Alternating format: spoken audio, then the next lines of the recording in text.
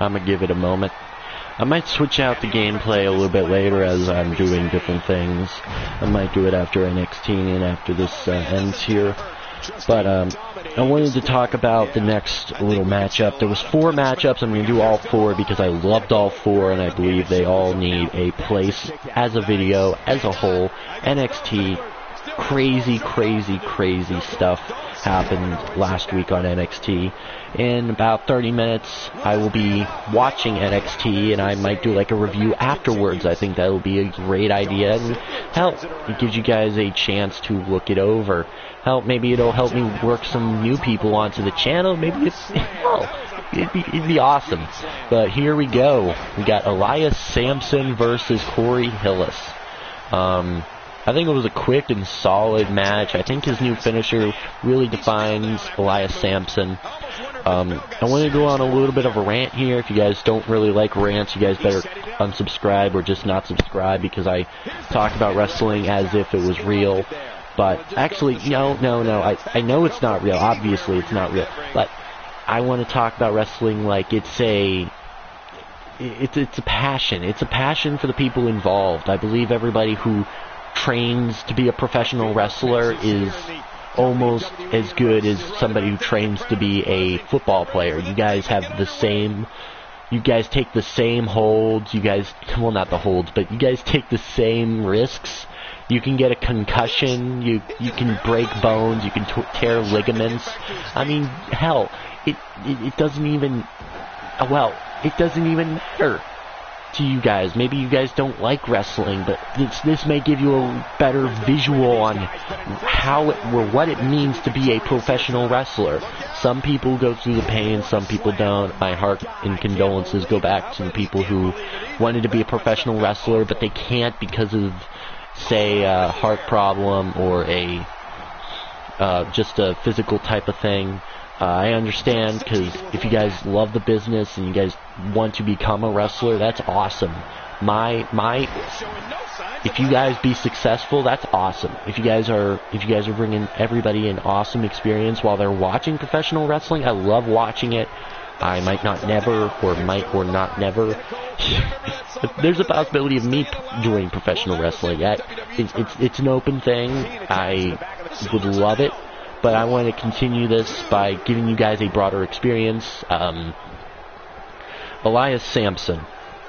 I want to know what NXT is thinking. I like the little shtick that he has. He brings out his guitar. Sometimes he plays sometimes he plays it. I think Elias Sampson would be a great funny heel. Not a funny heel, but a good heel. But he could be a funny face. I would say it's kind of like an R-Truth. I mean, R-Truths are dime a dozen. R-Truth, I think nobody can replace R-Truth. R-Truth is awesome.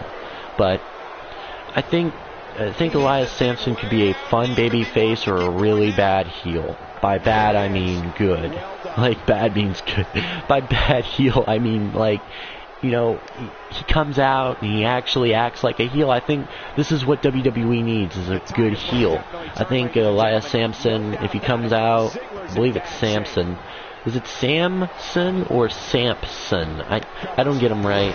I mean, I think he's been there for a few years now. I think he was in developmental for a good while, and now he's getting his little push.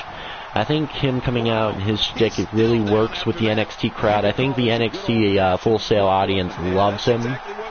I don't think he's the most over NXT wrestler. He's definitely not. He still needs to learn how to do certain things in NXT. I think his wrestling skill is a little bit lackluster, but we haven't seen his whole wrestling skill. I've never seen him outside of NXT, so there's always that, and I can't really say if he's a good wrestler, but if he shows that he can put up on good matches like Baron Corbin came out and did these squash matches, so you looked at him and you can beat up somebody with a finisher. Good job. Great. And you were doing a little thing with Bull Dempsey. Good job. And then he came out and did matches with Samoa Joe, Rhino, and it looked like quality performances, and you don't just get good, you just don't get put up with the big boys like Rhino and Samoa Joe. I think Rhino got up on the main roster and then he just left. I don't know what's happening with Rhino. He hasn't been on in a few. He's probably still on NXT. He was just up there for that little, for those few matches with the Wyatt family. I think that was supposed to put them over, and that would be a great plan. And I think Sami Zayn won it again.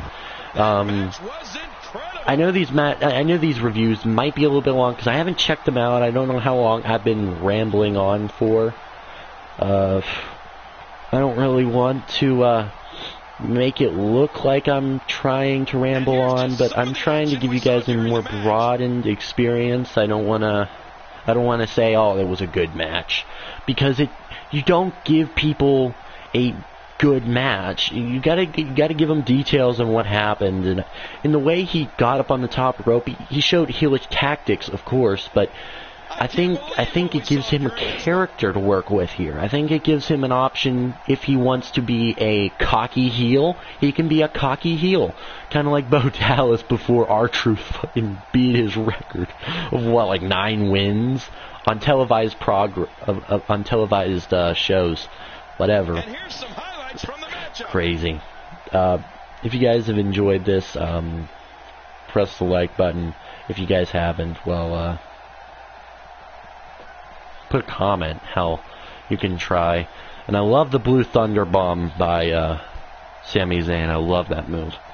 If you guys enjoyed, of course, as always, have a nice day. Now I'm not FPS